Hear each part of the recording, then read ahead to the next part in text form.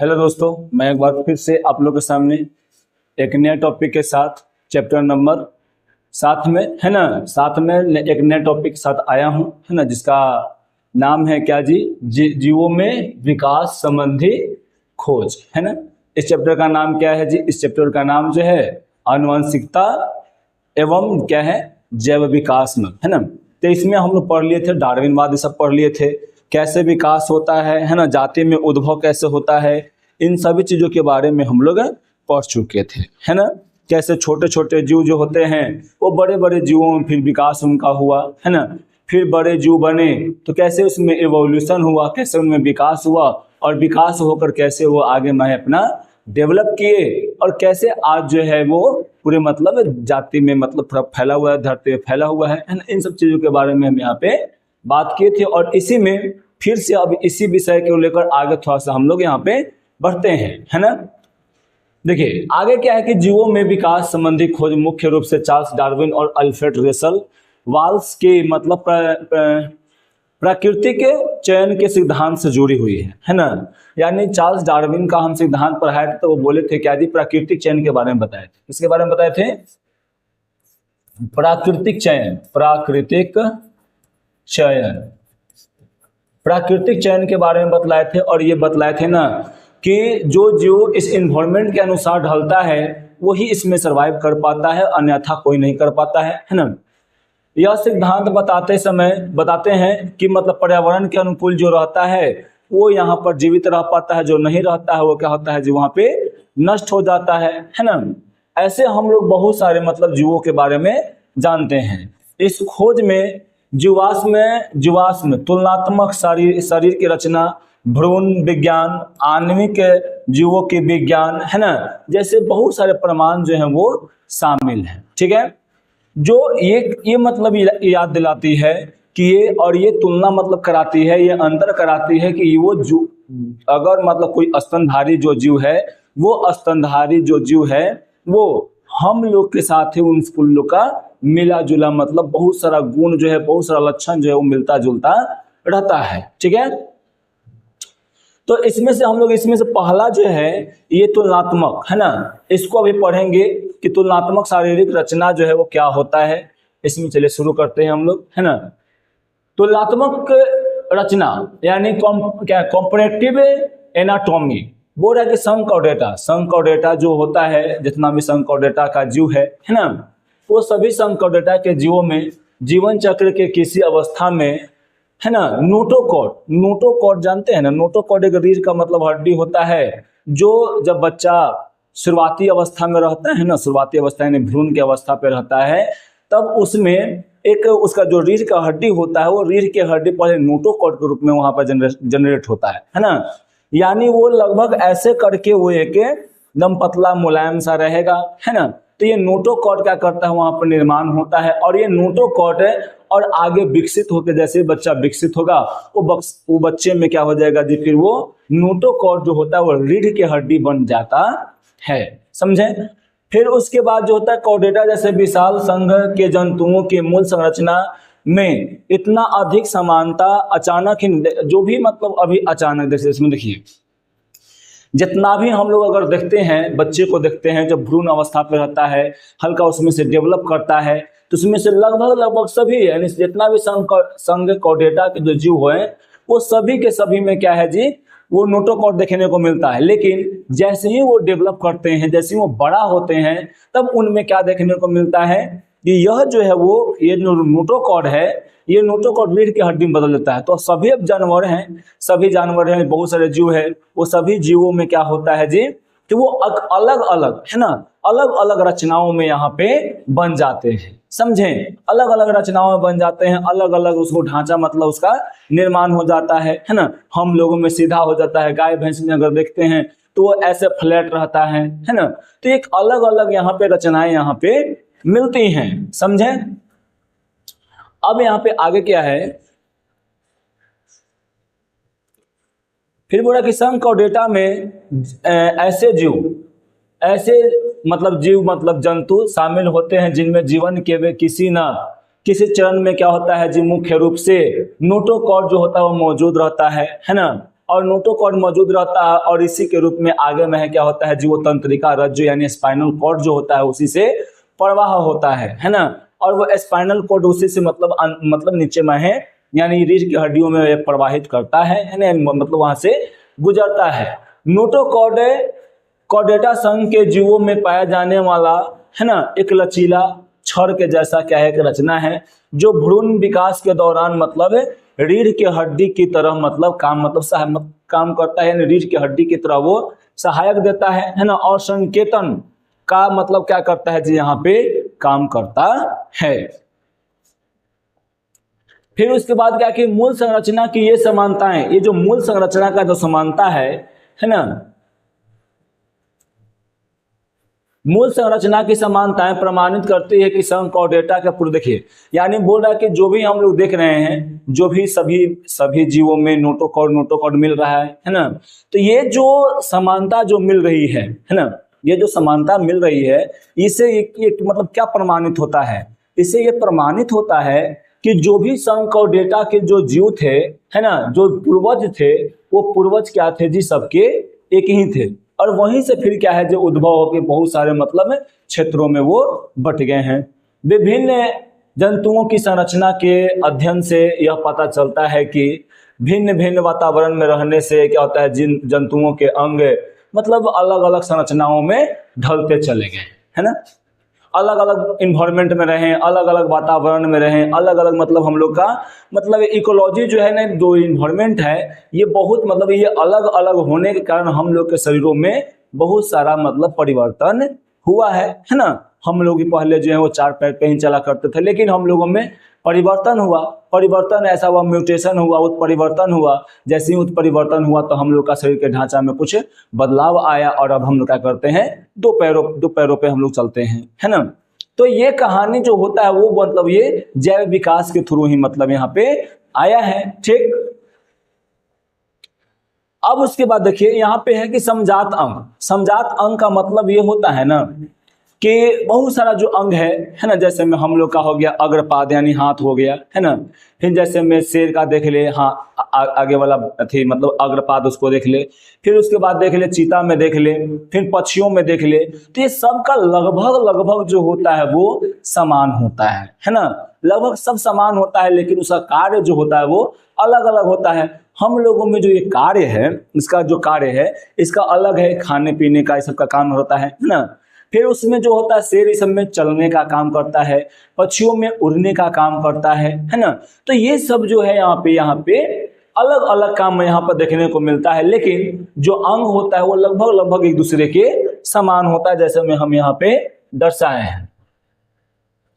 यहाँ पे हम दिखाए हैं कि यहाँ पर देखिए, यहाँ पे जो मनुष्य है, मनुष्य का ऐसा मतलब हाथ है, तो देखिए तो हु बहुत लगभग लग रहा है ना कि इसी की तरह ये भी है चिंपैंजी वाला है ना। या इसको देखते हैं तो इसका भी जो संरचना है लगभग ऐसा ही है। इसमें भी देखिए, इसके भी अंगुली में बहुत सारा मतलब हड्डी है, इसके में भी है, इसमें भी है, इसमें भी है और इसमें भी है। तो लगभग क्या है जी समजात अंग में यानी सब समान है, लेकिन जो है यहाँ पर ये देखने को मिलता है हम लोगों को कि इन लोगों का कार्य जो होता है वो अलग अलग होता है, अलग अलग होता है ना। कार्य जो है वो अलग अलग होगा, लेकिन ये दूसरे के समान होंगे, तो इसी को हम क्या बोलते हैं समजात अंग कहते हैं, ठीक। तो यहाँ पे हम लोग देखें क्या जी यहाँ पे कि शरीर के मतलब क्या होगा जी, उनका संरचना जो होगा वो समान होगा, लेकिन कार्य जो होगा वो अलग अलग होगा। इन अंगों का विकास से एक सामान्य पूर्वज से होता है, और यह विकासवादी संबंधी मतलब संबंध को दर्शाता है ना। समजात अंग का पाया जाना यह प्रमाणित करता है कि इन जंतुओं का विकास से मतलब क्या हुआ जी, एक ही पूर्वज से हुआ है, ये हम बताए हैं। ये फिगर देखें है ना, यहाँ पर देखिए बहुत सारा फ्रॉग है, लिजार्ड है ना, बर्ड है, यहाँ पे ह्यूमन है, इन लोग का क्या होता है जी एक ही से मतलब मिला होता है। फिर यहाँ पर देखिए बैट हो गया, मतलब ये सब हो गया, ठीक है। तो ये सब जो हम लोग यहाँ पर देख रहे हैं, ये सब के सब क्या होता है जी समजात अंगों में आता है। अब है कि क्या जी असमजात अंग। असमजात अंग में होगा क्या कि अंग जो होगा उसका रचना जो होगा उसका जो बनावट होगा वो अलग अलग होगा, लेकिन उसका कार्य जो होता है वो एक ही थ्रू होता है, एक ही के जैसा होता है। जैसे में हम लोग देख लें कि असमजात अंग में पक्षी का पंख देख लो, है ना, फिर उसके बाद क्या देख लो जी, उसके बाद हम लोग देख लेते हैं क्या, तितली का, है ना। तो ये दोनों का हम लोग अगर देखते हैं तो दोनों क्या है जी, पंख ही है ना, दोनों अंग जो है पंख ही है। लेकिन क्या होता है, जो इसका जो पक्षी का जो रहता है उसमें कुछ हड्डियां भी होती हैं, है ना, कुछ पर होता है उसमें लगा हुआ, है ना, कुछ बाल भी होता है उसमें। लेकिन जो होता है जो पक्षियों का, जो तितलियों का जो होता है, न उसमें क्या होता है, मांस होता है, न उसमें कोई मतलब फर होता है ना। वो सिर्फ ऐसे ही मतलब लगता है कि कागज के जैसे जैसा मतलब है वो बना हुआ रहता है, ठीक है। तो इसमें क्या देखिए, असमजात अंग में क्या होता है कि कार्य जो होता है वो अलग अलग होता है, हम उल्टा बोले, कार्य जो होता है वो समान होता है, लेकिन उसका जो बनावट जो होगा वो अलग अलग होता है, ठीक है। तो असमजात अंग में क्या हम समझेंगे जी, असमजात अंग में हम लोग यही जानेंगे, असमजात अंग में यही जानेंगे कि जो सारथी इसका बनावट जो होगा वो समान होगा, लेकिन कार्य जो होगा वो अलग अलग होगा, है ना, जैसे में हम यहाँ पर बताए हैं, ठीक है। अब देखो, पक्षी के पंख में अस्थियां सब बताइए कि क्या क्या होता है ना, और त्वचा ये सब होता है, लेकिन जो होता है कीट के में क्यूटिकल का मतलब जो है तो पंख रहता है, ठीक। अब हम लोग चलते हैं आगे बढ़ते हैं थोड़ा सा। अब है भ्रूण एवं विकास, मतलब भ्रूण विज्ञान, भ्रूण और भ्रूण विज्ञान। अब हम लोग जानते हैं कि भ्रूण का निर्माण कैसे होता है ना, हम लोग छठा चैप्टर में पढ़े अच्छा से, है ना, कि भ्रूण का विज्ञान मतलब भ्रूण का निर्माण कैसे होता है, इसका डेवलपमेंट कैसा होगा, है ना, कैसे मतलब ये विकसित करेगा, ये सब चीजों के बारे में हम लोग जो है वो क्लास 6 में, सॉरी चैप्टर 6 में हम लोग पढ़ चुके हैं, ठीक है। तो यहाँ भ्रूण विज्ञान है ना।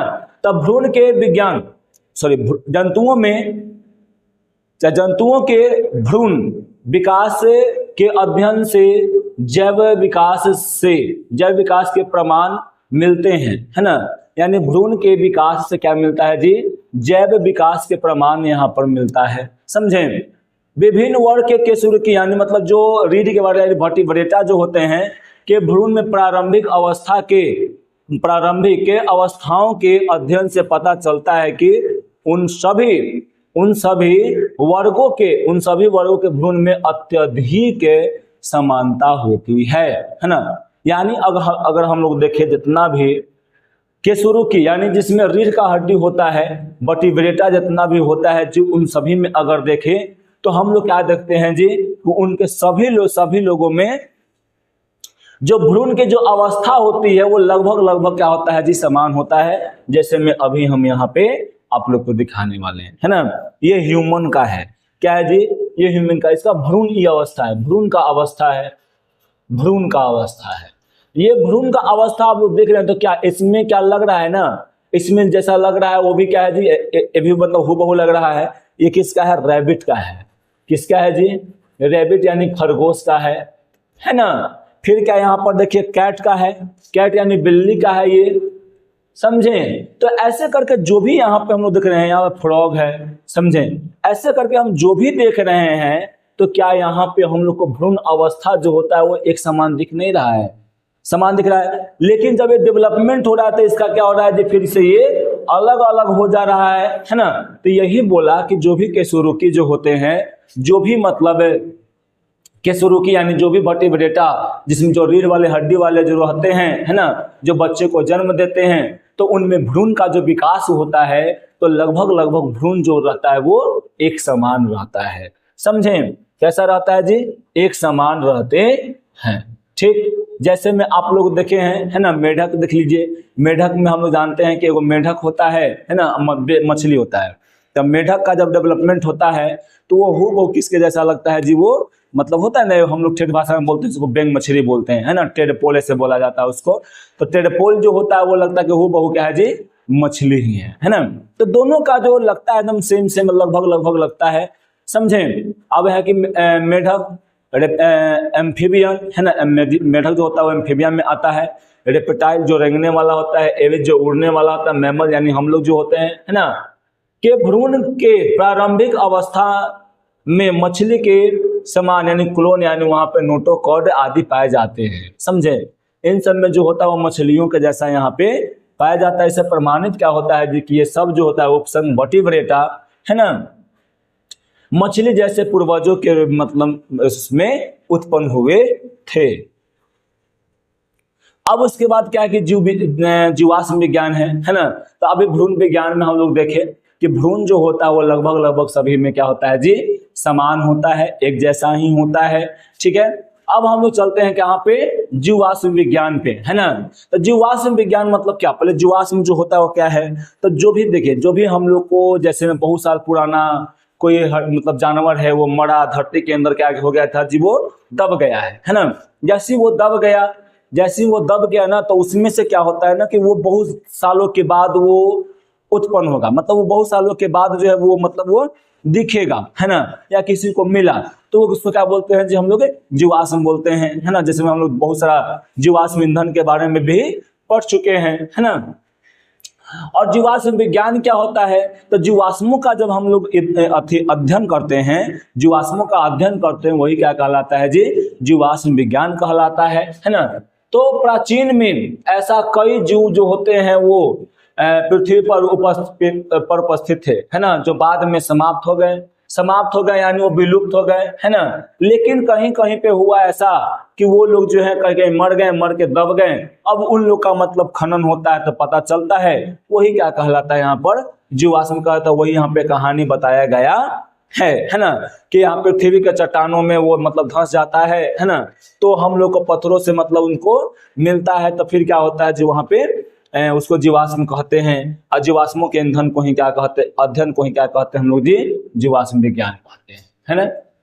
अब जीवाश्मों के अध्ययन से जैव विकास के प्रमाण मतलब बहुत सारा मिले, है ना। बहुत सारा हम लोग को पता चला कि कैसे मतलब पहले जीव थे, है ना, अब कैसे जीव हैं, पहले कैसे मतलब शुरुआत हुआ, समझे, पहले कैसे लोग रहते थे, है ना। इन सब चीजों के बारे में वहां पे हम लोग को पता चला, है ना। जैसे हम लोग को बहुत सारा गुफाओं में आदमी का भी जीवाश्म मिला है ना।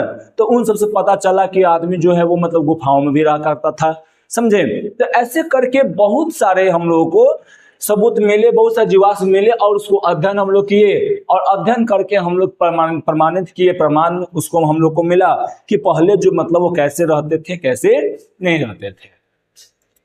अब उसके बाद क्या है, एगो आर्कियोपेट्रिक्स है ना। एक ऐसा मतलब एक ऐसा ही जीवाश्म है जिसे रेप्टाइल और एविज दोनों के मतलब का में गुण मिलता है। ये जो जीवाश्म है, एगो इसका ये जीवाश्म है ना, ये जीवाश्म को में देखा गया कि रेप्टाइल जो रेंगने वाला है ना, और जो उड़ने वाला है, समझे, ये दोनों में देखा गया कि इस दोनों में क्या होता है, जिसका समान दोनों का लक्षण इसको से मिलता है। तो इसलिए कहा जाता है कि रेप्टाइल और एविज का जो उत्पन्न हुआ है वो कोई मतलब उसका जो पूर्वज होगा वो कोई एक ही होगा, ठीक है। फिर पंछियों की तरह मतलब उसमें डायना था, समझे, और मतलब चलने के लिए थोड़ा सा मतलब हल्का पैर भी था, समझे। तो इसलिए कहा जाता है कि दोनों का पूर्वज क्या था जी, एक ही माना गया था, ठीक है। ये ह्यूमन वाला आ गया।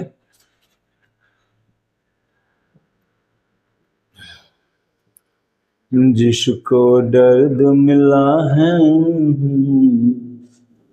अब उसके बाद है कि जीवाश्म कितने प्राचीन है ना, इसे कैसे मतलब ज्ञात कर सकते हैं, तो हम बताए हैं आप लोगों को, है ना, या बहुत बार आप लोग सुने होंगे, है ना, क्या जी, कि जीवाश्म ईंधनों का उम्र का पता लगाना है तो किसको हमको यूज करना पड़ेगा जी, कार्बन 14 का। किसका करना पड़ेगा, कार्बन 14, यानी कार्बन 14 मतलब क्या, कार्बन 14 का यूज करना पड़ेगा। इसको हम लोग क्या बोलते हैं जी, डेटिंग कार्बन भी कहते हैं,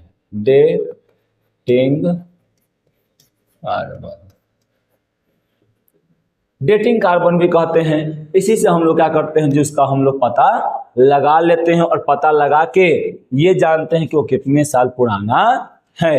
अगर हम जीवाश्म ईंधन प्राप्त करने हैं तो पृथ्वी का चट्टानों की खोदाई करें, तो जानते हैं कि जिस वहां पर जीवाश्म अगर ईंधन मिलता है, और ऐसे ही देखिए यहाँ पर जो होता है ना कि जीवाश्म ईंधन का अगर हम लोग उसके उम्र का अध्ययन करते हैं, है ना, तो कार्बन 14 के थ्रू करते हैं, या हम लोग ऐसे भी करते हैं कि अगर खुदाई करते हैं वो जितना कम गहराई पर मिले वो उतना नया होगा, और जितना वो ज्यादा गहराई पर मिलेगा वो क्या है जी, उतना ही वो पुराना जीवाश्म होगा।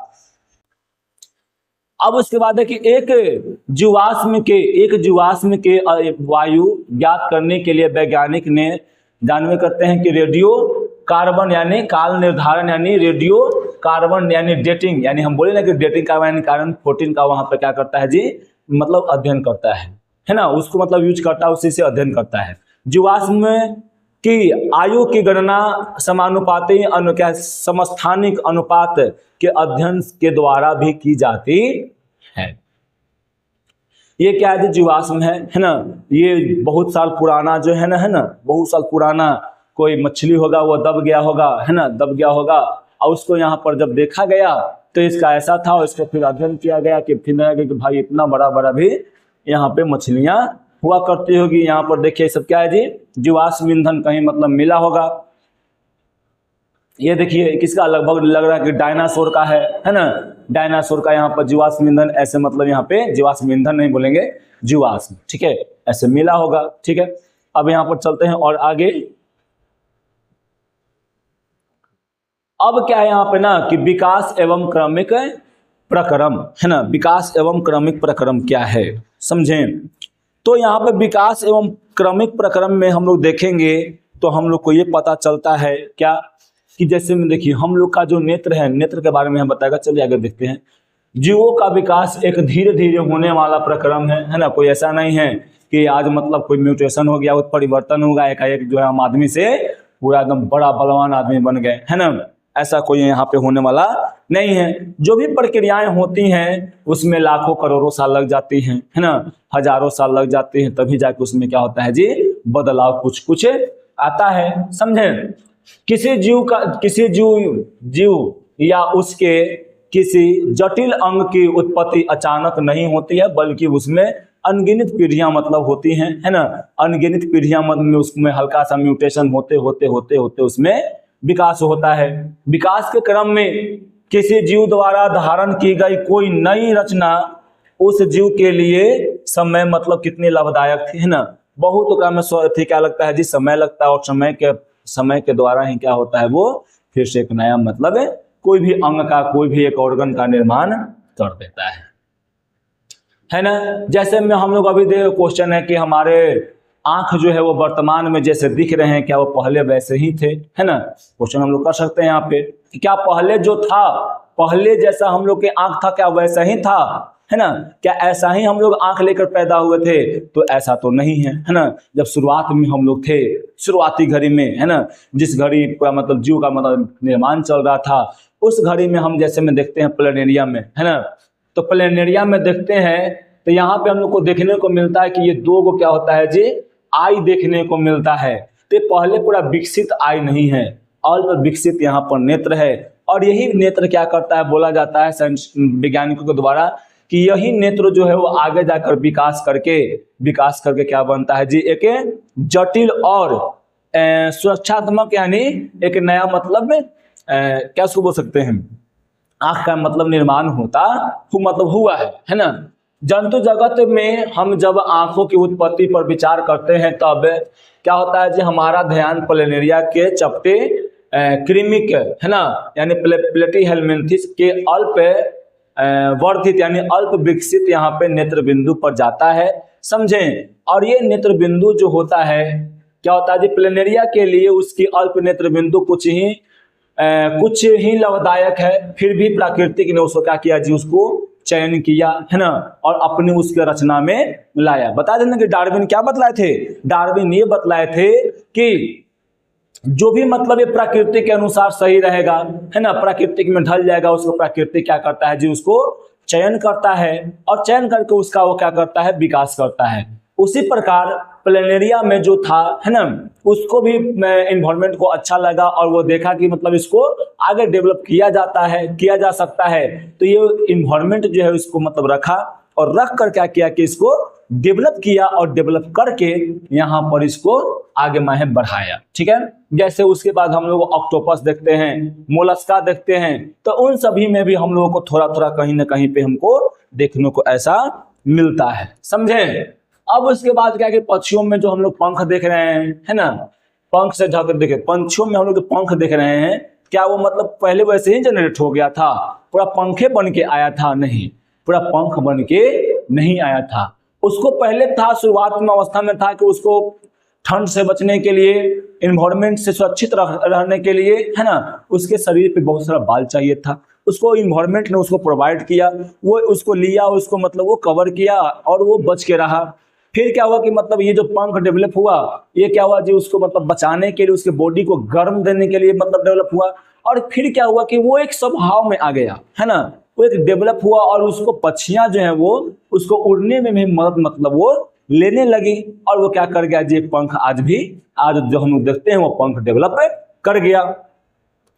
फिर क्या कि संभवतः पर जैसा मतलब रचना, मतलब ठंडा से बचने के लिए बताएं, अभी ठंडा से बचने के लिए मतलब वो उत्पन्न हुआ था। और जैव विकास के थ्रू के कहते हैं ना कि प्राकृतिक जो होता है, जो मतलब दिखता है कि हम वो मतलब आगे निकलने वाला उसको निकालता है ना, उसी प्रकार यहाँ पे भी यहाँ काम में हुआ। अब जैसे में हम लोग देखते हैं कि एक बंधा गोभी होता है ना, बंधा गोभी या करम कल्ला के उदाहरण से स्पष्ट होता है कि बंधा गोभी की यह मूल प्रजाति हजारों वर्षों से मनुष्य द्वारा भोजन के उपयोग में मतलब उगाया जा रहा है। इसलिए मूल प्रजाति से ही फूलगोभी जो आज बंद है पुष्प यानी पुष्प के रूप में, है ना, या ब्रोकली, है ना, फूल गोभी की एक प्रजाति का विकास हुआ। वन्य बंद गोभी से बंद गोभी से अन्य मतलब पत्तेदार गोभी जैसे करम साग, कोलराबी, है ना, और अन्य आवश्यकता अनुसार मतलब ये विकसित किया, है ना। तो यहाँ पे भी देखिए बंदा गोभी में जो विकास हुआ वो कहीं उसका एक ही पूर्वज था, उससे ही मतलब ये बहुत सारा आके यहाँ पे विकसित हुआ। अब उसके बाद क्या है कि यहाँ पर विकास के दृष्टिकोण से अगर हम लोग देखते हैं, दृष्टिकोण से विभिन्न प्रजातियों के बीच आपस में संबंध का अन्वेष मतलब एक का मतलब जो भी मतलब परिवर्तन हो रहा है, इन सभी परिवर्तनों का जो कारण है वो मूल कारण क्या है जी, वो लैगिंग जनन है ना। लैगिंग जनन के थ्रू क्या होता है जी कि एक का मतलब गुणसूत्र के द्वारा डीएनए जो होता है किसी और में जाता है और वहां पे क्या होता है उसके डीएनए और गुणसूत्र मिलकर क्या करते हैं जी, एक नए जीव का मतलब निर्माण करते हैं, समझे। तो ये लैगिंग जनन जो होता है वो जीवों के विकास में, जीव मतलब जैव विकास में बहुत बहुत इंपॉर्टेंट रोल यहाँ पे निभाए हैं, है ना। इस प्रजाति के दो उप प्रजातियों का अथवा दो प्रजातियों के डीएनए का तुलनात्मक अध्ययन से उस प्रजातियों का यानी उप प्रजातियों तथा प्रजाति के उनके उत्पत्ति के समय उनके जनकों के डीएनए में हुए परिवर्तन का पता चलता है ना। यानी यहाँ पर देखिए जो भी परिवर्तन यहाँ पे हो रहा है उन सभी परिवर्तनों में क्या कॉमन है जी, जो ही परिवर्तन हो रहा है, पहला तक म्यूटेशन हो रहा है, तो म्यूटेशन कहाँ हो रहा है, तो म्यूटेशन जो होता है वो डीएनए में होता है, जीन के लेवल पे होता है, और जीन में जो परिवर्तन होगा वही से क्या हो जाएगा यहाँ पे, अब यहाँ पे शुरू हो जाएगा मतलब म्यूटेशन शुरू हुआ, जीन में परिवर्तन हुआ, अब यहाँ पे रंग रूप पैर वो जितना भी जो भी संरचना है वो हल्का हल्का बदलना शुरू होगा। तो कोई एक साल में थोड़ी ना होगा, इसके लिए 1000 साल भी लग सकता है, 100 साल भी लग सकता, 100 नहीं 1000 साल से ऊपर ही लगेगा, है ना। 100 या 200 साल में परिवर्तन नहीं होने वाला है। इस विधि का उपयोग इन दोनों विकास की गुत्थियों को सुलझाने हेतु तो मतलब बृहद रूप से मतलब किया जा रहा है। अब उसके बाद क्या है, जैव विकास का सदा प्रगतिशील देखिए, फिर अब उसके बाद क्या है कि जैव विकास जो होता है वो हमेशा डेवलप भी करते नहीं रहता है, वो हमेशा बढ़ते ही नहीं रहता है ना, वो कभी कभी स्थिर भी होता है, समझे। तो याद रखिए कि जैव विकास जो होता है वो हमेशा प्रगतिशील नहीं होता है ना। और वंश वृक्ष जैसे में हम लोग जहाँ पर चार्ट बनाते हैं तो चार्ट बनाकर हम लोग देखते हैं कि क्या होता है जी, कहाँ से हम लोग का मतलब यहाँ पे पीढ़ी आ रहा है। पहले हम यहाँ पे क्लियर कर दें कि जैव विकास जो होता है वो हमेशा प्रगतिशील नहीं होता है ना, ये जो होता है कभी कभी थमता भी है, समझे। और वहां पे हम लोग अगर देखते हैं वंशावली बनाकर तो फिर देखते हैं कहाँ से हम लोग कैसे कैसे मतलब यहाँ पे आए हुए हैं, है ना। वंशावली क्या होता है, वंशावली जो है ना वो पूरा खानदान का चिट्ठा होता है, मतलब फ्लो चार्ट से उसको बनाया जाता है। फिर क्या है कि ऐसा नहीं कि किसी नए मतलब प्रजाति के उत्पत्ति के बाद मूल प्रजाति मतलब नष्ट हो जाते हैं। जैसे मैं मान लीजिए एक यहाँ पे एक आदमी है ना, ये आदमी क्या होगा जी, ये आदमी अपने एक मतलब यहाँ पर दो आदमी है ना, एक मेल है और एक फीमेल है, ठीक। अब ये दोनों एक बच्चे को अगर ये जन्म देंगे तो इसका मतलब ये तो नहीं है ना कि इसको जन्म लेते ही इन दोनों का मृत्यु हो जाएगा, ऐसा तो नहीं है ना। यानी एक नए जीव का निर्माण है ना, एक नए जीव का अगर निर्माण होता है या नहीं होता उससे कोई फर्क नहीं पड़ता है। जो भी मतलब पुराने जीव रहेंगे उसको वो मतलब हमेशा मतलब लगभग जीवित रहते हैं, है ना। और ये जीवित रहते हैं, समझे, और ये अपना डेवलपमेंट भी करते हैं, समझे। और फिर उसके बाद देखिए, जैसे में हम यहाँ बोलना चाह रहे हैं कि यहाँ पर एक नया जीव का निर्माण हो रहा है तो ये लोग तो नष्ट नहीं हो रहे हैं, है ना। उसी प्रकार जो होता है, जो भी मतलब मूल जो प्रजाति होगा, जो पहले जो जन्म दिया होगा वो नष्ट नहीं होता है ना। नई प्रजाति मूल प्रजाति से सदा मतलब उन्नत ही होगा। यानी देखिए नए जाति जो होगा ना, अब देखिए जैसे में कोई भी मतलब बेटा होता है या बेटी होती है ना, वो अपने माता पिता से हल्का ना क्या होता है, जो वो तेज ही होता है ना, या वो हल्का आगे ही मतलब अपना का जो भी काम करता है वो अगला मतलब काम करता है ना, उससे जैसा तो नहीं करता, उससे आगे ही करता है। तो वही यहाँ बोला जा रहा है कि नई प्रजाति जो होगा वो मूल प्रजाति से मतलब ज्यादा अच्छा होगा, है ना। जैव विकास का सरल अर्थ विभिन्नता की उत्पत्ति तथा प्राकृतिक द्वारा उनका चयन होना। यानी क्या है कि जैव विविधता, जैव विकास का मतलब क्या होता है जी, कि उसमें विभिन्नता होना, है ना, और नए प्रजातियों का चयन होना और उसमें विकास होना, ठीक। अब यहाँ के नए प्रजातियों के उद्भव यानी उद्भव के प्राकृतिक के चयन, है ना, नेचुरल सिलेक्शन एवं अनुवांशिक विचलन यानी जेनेटिक डिफेक्ट यानी डिफेक्ट मिलकर किसी प्रजाति विशेष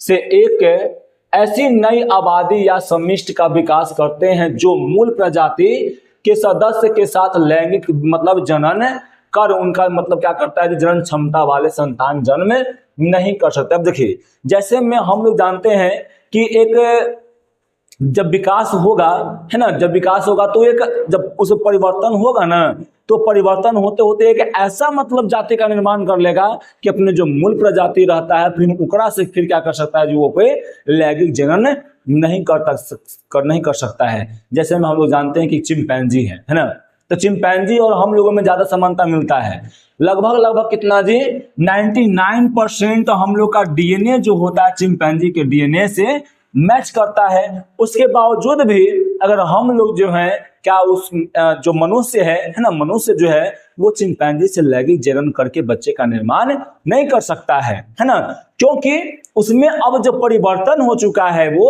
कोई मतलब कहीं और हुआ है ना, कुछ और लेवल पे हुआ है, और हम लोगों में परिवर्तन जो हुआ है वो किसी और लेवल पे हुआ है। और अब दोनों में जो है ना, यहाँ पर 1% डीएनए का क्या हो गया है जी, डिफरेंस हो गया है, समझे। तो हम लोगों में से जो भी मतलब उसमें सीमेन या कुछ भी अगर जाए है ना, तो उसमें से वो एक्सेप्ट नहीं करेगा, है ना, और वो क्या हो जाएगा जी, यहाँ पे कोई उसका मतलब वैल्यू नहीं रहेगा, समझे। तो जैसे में वहीं पे हम लोग ये जानते हैं कि जैव विकास जो होता है ऐसा हो जाता है, जैव विकास होकर नई प्रजातियों का जब निर्माण होता है तो अपने मूल प्रजातियों से फिर वो जो प्रजाति था एक नया मतलब एक जाति का निर्माण हो जाता है, एक नया जाति मतलब बन जाता है, एक नया प्रजाति बन जाता है, उससे कोई इसका लेना देना नहीं अब रहता है, समझे। जैसे मैं चिंपैंजी वाला यहाँ पे हम उदाहरण दिए, चिंपैंजी को देखिए, चिंपैंजी का हम लोग के क्या माना जाता है जी, मतलब हम दोनों का पूर्वज जो चिंपैंजी और हम लोग का मनुष्य का जो पूर्वज है एक ही है, लेकिन वो वहां से दो शाखा निकल गया है ना। अब ये दो शाखा दोनों पूरी तरह से अलग अलग हो गए हैं। अब इससे ना इसको से मैच करता है ना इसको से मैच करता है। हाँ, भले 99% यहाँ पर डीएनए मिल जाता है, लेकिन अब गुण जो है दोनों का गुण देखिए, फेस देखिए, है ना, सीमेन का कांटेक्ट देखिए, दोनों में अगर देखते हैं हम लोग तो उसमें डिफरेंस होता है।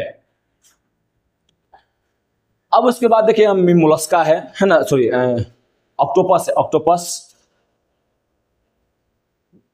यहां पर देखिए क्या है, चिंपैंजी है ना, फिर उसके बाद और देखिए चिंपैंजी, ये देखिए बेचारा मुंह धो रहा है यहाँ पे, है ना। फिर उसके बाद क्या है, चिंपांजी का बच्चा है। तो देखिए हम लोगों में और इन दोनों में, इन लोगों में कोई भी समानता अब देखने को नहीं मिल रही। हाँ, नाक भी मतलब हल्का उसी तरह से, कान भी है, सब है, लेकिन जहां अगर हम लोग जाए डीएनए के लेवल पे 99% तो सही हो जाएगा, लेकिन 1% में क्या हो जाएगा, जो वहां पे डिफरेंस हो जाएगा। ठीक है, अब यहाँ पे हम लोग चलते हैं नाइट्रोजनी क्षारक पे, है ना, डीएनए के अध्ययन पे चलते हैं, समझे। तो यहाँ पे हम लोग जानेंगे यहाँ पे ये कि डीएनए के नाइट्रोजनी क्षारक, जैसे हम देखिए नाइट्रोजनी क्षारक क्या होता है। यहाँ पे ये मान लीजिए डीएनए, ये डीएनए है ना। तो ये वाला जो स्ट्रैंड है ना, ये दोनों स्ट्रैंड है, ये दोनों स्ट्रैंड क्या कहलाता है जी, नाइट्रोजनी क्षारक। ठीक है, क्या कहलाता है, नाइट्रोजनी क्षारक। तो देखिए बोला कि डीएनए के नाइट्रोजनी क्षारक, है ना, में मात्र एक बदलाव से ही प्रजाति के स्वभाव यानी स्वरूप में क्या होता है जी, सार्थक एवं महत्वपूर्ण परिवर्तन संभव है ना। यानी इस डीएनए के नाइट्रोजनी क्षारक में थोड़ा सा परिवर्तन हो जाए, हल्का सा बदलाव हो जाए, तो पूरी शरीर की संरचना ढांचा बदल सकता है। ठीक है, जब यहाँ पे हम जानते हैं, मान लीजिए कि हम लोग के शरीर में कितना है जी, 25,000 यहाँ पर लगभग क्या है जी, यहाँ पर डीएनए सॉरी जीन है। कितना है जी, 25,000 जीन है। इसमें से मात्र 1%, मात्र कितना जी, 1%, यानी 250 जीन में थोड़ा सा म्यूटेशन हो जाता है, तब क्या होता है वहां पर जी, विभिन्नता देखने को मिल जाती है। सामान्य जैव विकास के उत्पन्न नई मतलब प्रजाति जो पूर्वज के से जटिल यानी मतलब से जटिल होती है, परंतु नई प्रजाति का जीवित रहना उसके जटिलता पर निर्भर मतलब नहीं करता है ना, बल्कि वातावरण के अनुसार वो मतलब निर्भर करता है। याद रखिए, मतलब कतनों कोई जटिल, कतनों कोई पूरा मतलब सुरक्षित रह जाए, सुरक्षित नहीं बोले पूरा दम, कितना भी उसका बनावट शरीर का सही हो जाए, है ना, लेकिन जब तक वो इन्वायरमेंट के अनुसार नहीं ढलेगा तब तक वो जीवित नहीं रह पाएगा, है ना। अगर ऐसा नहीं होता है तो जीवन क्या होता है, जिसको हमेशा के लिए वो खत्म हो जाता है। फिर जैसे हम यहाँ पर देखते हैं, उदाहरण के लिए बैक्टीरिया है ना। बैक्टीरिया जीवों का अत्यंत प्राचीन एवं सरलतम, देखिए बैक्टीरिया जो होता है वो बहुत पुराना है ना। बैक्टीरिया बोलते हैं जब पृथ्वी जब शुरुआत हुआ था तब से ही है, लेकिन वो इन्वायरमेंट के अनुसार ढलते गया, है ना, उसने आप में थोड़ा सा अनुकूल करते गया, वातावरण के अनुसार होते गया, और वो क्या करता है, जब वो अपना सर्वाइवल यानी उसका वो क्या है, अब जीवित वो है, समझे। जैसे में देखिए बैक्टीरिया जो होगा वो गर्म पानी में भी रह लेगा, झरना में भी रह लेगा, फिर उसके बाद जो है वो गहरे समुद्र में भी रह लेगा, या वो बोल सकते हैं कि वो जो है हिम मतलब क्या, यानी ध्रुव यानी वो ठंडे बर्फों में भी वो क्या कर लेगा जी, रह लेगा, समझे।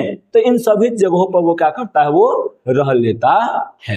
अब हम लोग पढ़ते हैं क्या जी यहाँ पे आगे, आणविक जाति वृंत यानी मॉलिक्यूलर फाइलोजिन, है ना, मॉलिक्यूलर फाइलोजिन। देखिए अब ये हम बताएंगे डीएनए, है ना, यहाँ पर डीएनए के बारे में थोड़ा ज्यादा पढ़ लेना है ना। मानव सहित विभिन्न जीवों के पूर्वजों की खोज उनके डीएनए में हुए परिवर्तन का अध्ययन कर किया जाता है। अगर किसी भी हम लोग पूर्वज का अध्ययन, है ना, किसी भी चीज का हम लोग पता लगाना चाहते हैं, किसी भी चीज का हम लोग क्या करना चाहते हैं, जो उसको जानना चाहते हैं, कैसे ये उसका उत्पादन हुआ, कैसे ये उत्पन्न हुआ, कैसे पृथ्वी पर आया, तब उसको लिए हमको क्या करना पड़ेगा जी, डीएनए का ही अध्ययन करना पड़ेगा। अब डीएनए का अध्ययन करेंगे तो पता चलेगा कि उसमें कैसे परिवर्तन हुआ, उसमें कैसे विभाजन हुआ, कैसे उसको मतलब हम लोग कहां से मतलब इसका पूर्वज कौन था, है ना, इस सबसे पता हम लोग यहाँ पे लगाते हैं। ठीक, आणविक जाति जीव विज्ञान की वह शाखा है जो किसी जीव के विकासवादी संबंधों का अनुक्रम लगाने के लिए डीएनए और प्रोटीन जैसे आणविक अंतरों का विश्लेषण करती है ना। आणविक जाति वृंद क्या है जी, जो अगर मान लीजिए कोई पूर्वज का हमको पता लगाना है ना, या कोई भी चीज का, कोई जानवर के पूर्वज का पता लगाना है, तो उसको में हम लोग अध्ययन करते हैं डीएनए का, तो वह जो है वो डीएनए और प्रोटीन के आणविक अंतरों को मतलब वो विश्लेषण करता है ना। जो आणविक अंतरों को, यानी जो अणु के लेवल पर जो प्रोटीन है ना, उसके लेवल पे वो क्या करता है जी, विश्लेषण, यानी वो अंतर करता है ना, तब हम लोग क्या कहते हैं उसको जी, आणविक जाति वृत्त कहते हैं।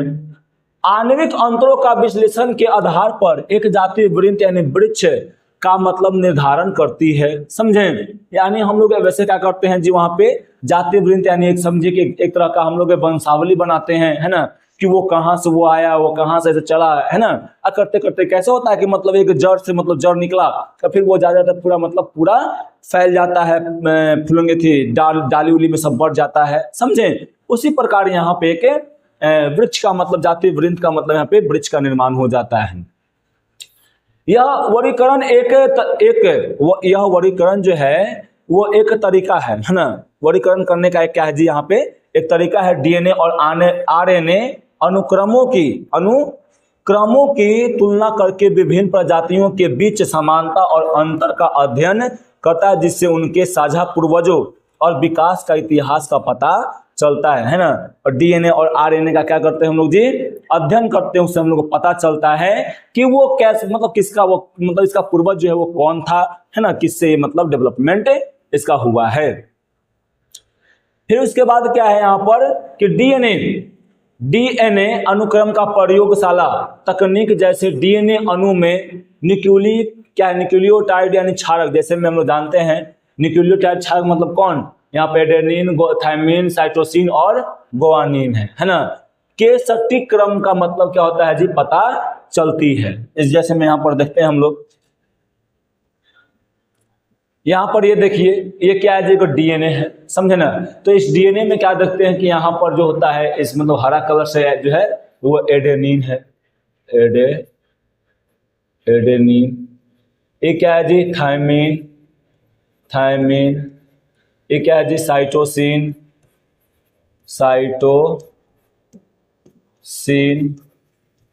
ये क्या है जी, गुआनिन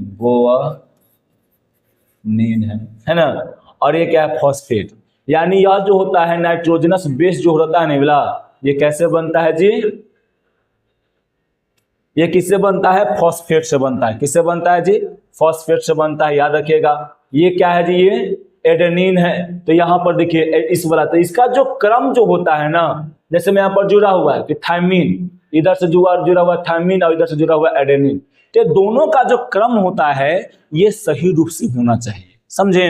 अगर ये सही रूप से रहेगा तब यहाँ पे कोई परिवर्तन नहीं। अगर यहाँ पे कुछ मतलब अलग अलग परिवर्तन हो रहा है, अलग अलग, मान लीजिए कि इसको से हाई वाला मिल जाता है जाके, तब यहाँ पर क्या होता है जी, कुछ यहाँ पे परिवर्तन होता है और इन्हीं परिवर्तनों का फिर हम लोग क्या करते हैं, यहाँ पे अध्ययन करते हैं, समझे।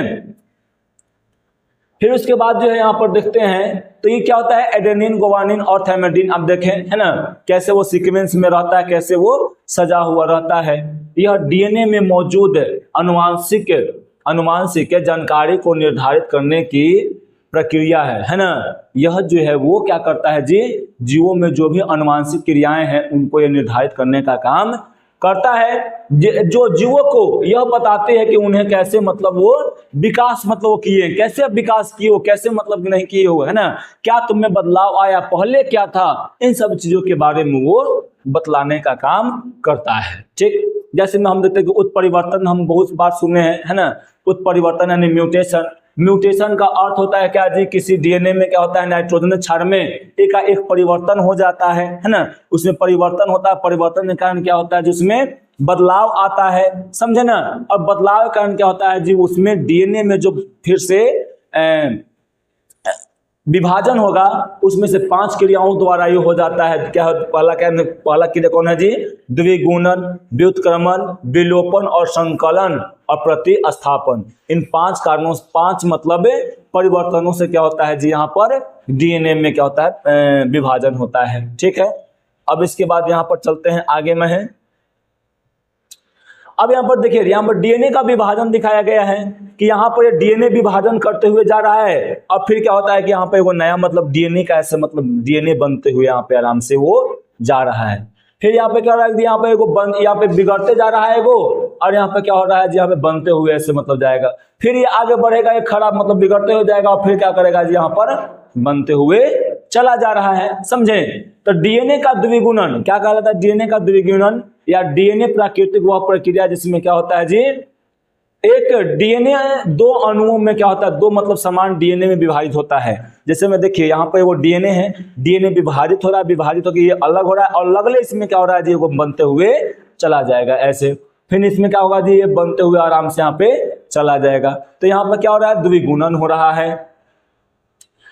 फिर उसके बाद क्या है यहाँ पे ना कि डीएनए व्युत्क्रमण यानी इन्वर्सन का अनुवांशिक उत्परिवर्तन है। डीएनए क्या है जी, यहाँ पे व्युत्क्रमण का एक अनुवांशिक उत्परिवर्तन होता है इसमें, जिससे गुणसूत्र का एक हिस्सा टूटता है और टूट कर क्या करता है जी, मतलब उसी गुणसूत्र के विपरीत दिशा में यानी पुनः वो क्या करता है, वो जुड़ जाता है। यही क्या कहलाता है यहाँ पर, डीएनए का व्युत्क्रमण, है ना। अब उसके बाद क्या है जी, यहाँ पर डीएनए में विलोपन, यह भी क्या है कि अनुवांशिक उत्परिवर्तन कारण ही होता है। और इसमें क्या होता है जी, न्यूक्लियोटाइड जो होता है वो मतलब यहाँ से अधिक अनुक्रमण के चलते यानी डीएनए अनुक्रमण से एक या एक से अधिक मतलब न्यूक्लियोटाइड क्या होता है जो वहां पे हट जाता है, ठीक। अब हम लोग देखते हैं कि उत्परिवर्तन तथा उनके पीढ़ी दर पीढ़ी क्या होता है जी, वंशागत होने के पैटर्न के अध्ययन से हम मतलब जान जाते हैं कि दो प्रजातियां जो है वो कितना करीब एक दूसरे के हैं, है ना। यानी यहाँ पे हम लोग जान जाते हैं क्या है जी, कि वो एक दूसरे कितने करीब हैं, इसके बारे में हम लोग यहाँ पर जानते हैं डीएनए के अध्ययन से ही जानते हैं, है ना। अगर डीएनए में अध्ययन, अगर डीएनए का अच्छी तरह से अध्ययन हम लोग करते हैं तो उसका हम लोग को क्या होता है जी, समय भी हम लोग को पता चलता है कि वो कब यहाँ से विगलन यानी मतलब वो अलग अलग हुए थे। दो प्रजातियों के बीच में संबंध जो होता है जितना दूर का होगा उसमें डीएनए का जो होगा ना उतना ही मतलब वो विभिन्नता देखने को मिलेगा।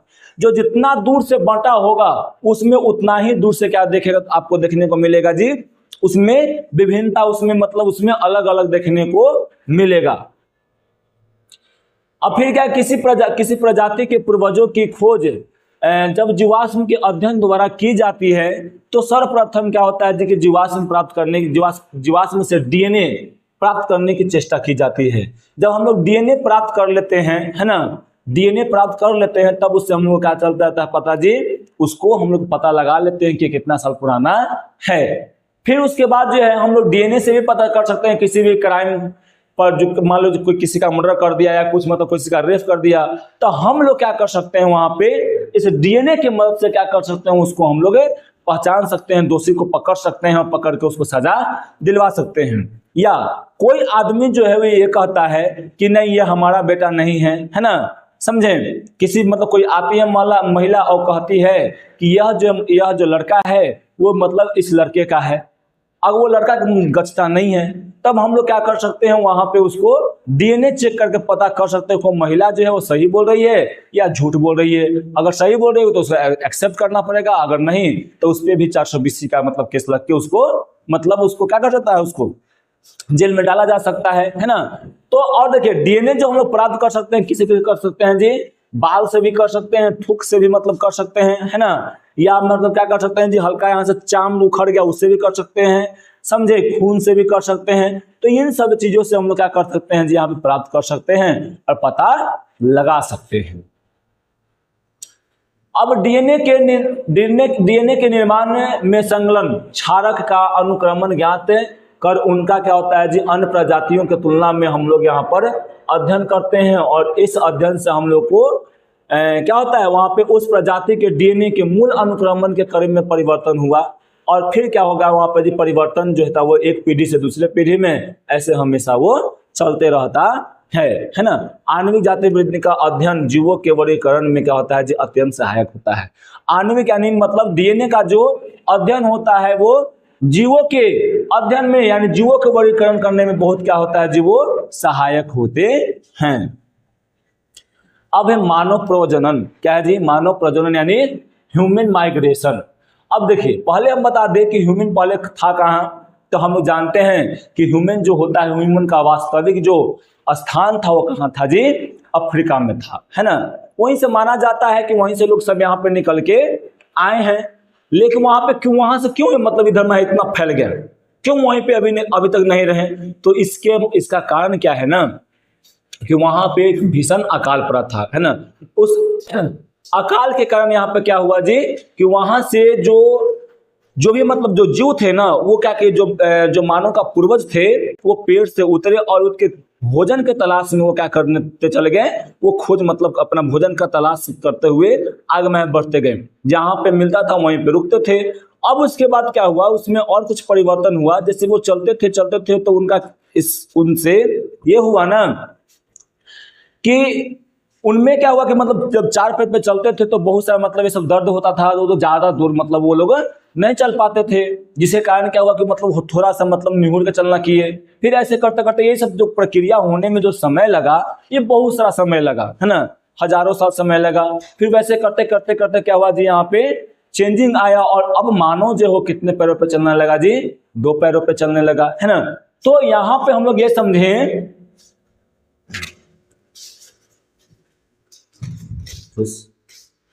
अब क्या यहाँ पे मानव प्रजनन लोगों का अस्थायी मतलब अस्थायी या अस्थायी रूप से भौगोलिक क्षेत्र से, यानी एक क्षेत्र से दूसरे क्षेत्र में क्या होता है जी, यहाँ पर मतलब निवास करना होता है या अपने स्थान को बदलना होता है। और हम लोग अभी भी मतलब बदलते रह रहे हैं, है ना। किसी का यहाँ घर है तो हम कोई मुंबई बना लेता है, तो कोई लंदन में रहने चल जाता है, तो क्या है, ह्यूमन का माइग्रेशन ही हो रहा है अभी, है ना।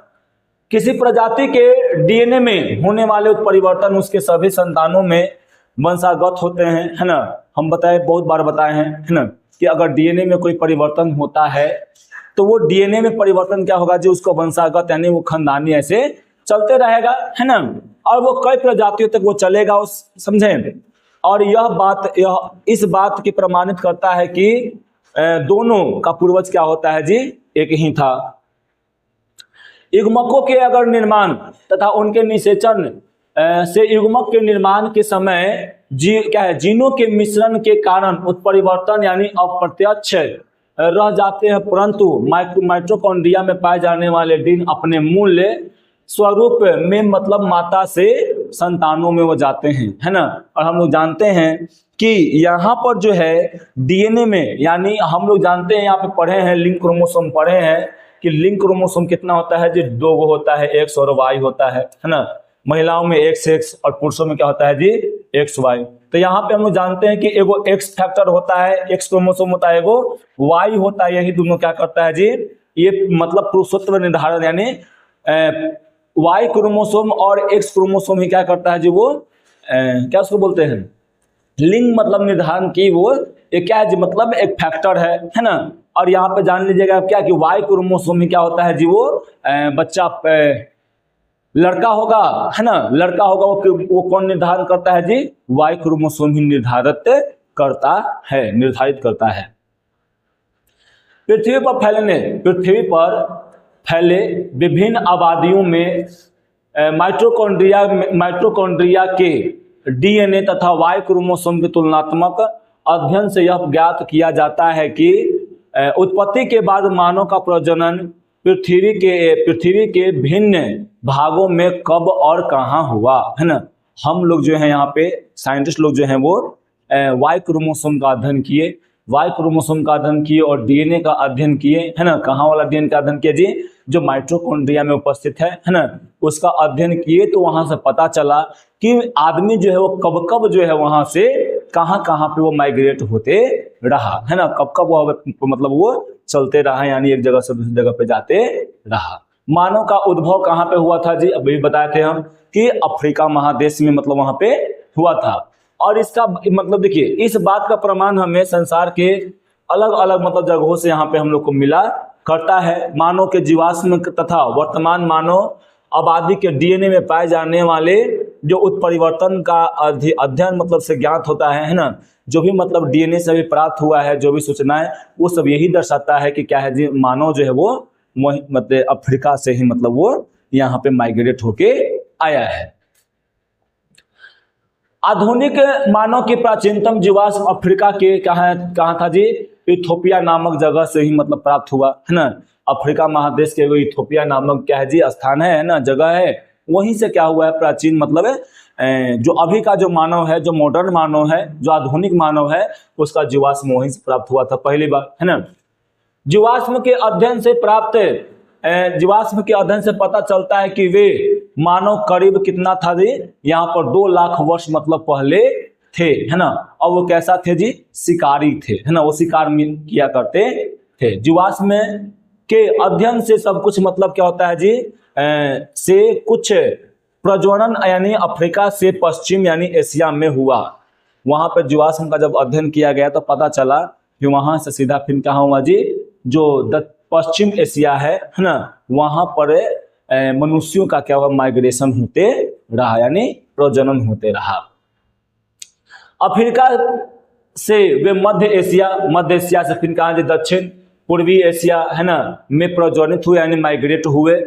उन मानव का एक समूह उत्तरी अमेरिका में भी गया, वहां भी फैला, है ना, दक्षिणी अमेरिका में गया, वहां भी फैला, और फिर क्या हुआ, मतलब ये जो है ना पूरी मतलब दुनिया में फैल गए, है ना। मानव के डीएनए अनुक्रम यानी वाई क्रोमोसोम तथा उनमें हुए उत्परिवर्तन के अध्ययन से यह पता मतलब चल पाया है। जो भी हम यहाँ पढ़ रहे हैं उसमें किसमें जी, डीएनए और वाई क्रोमोसोम के ही पता लगने से यहाँ पे ये पता लगा है ना। और आज जो है वो मतलब हम लोग जानते हैं कि मतलब वो कैसे यहाँ पे है ना, पूरे संसार में आदमी जो है वो फैल गया है।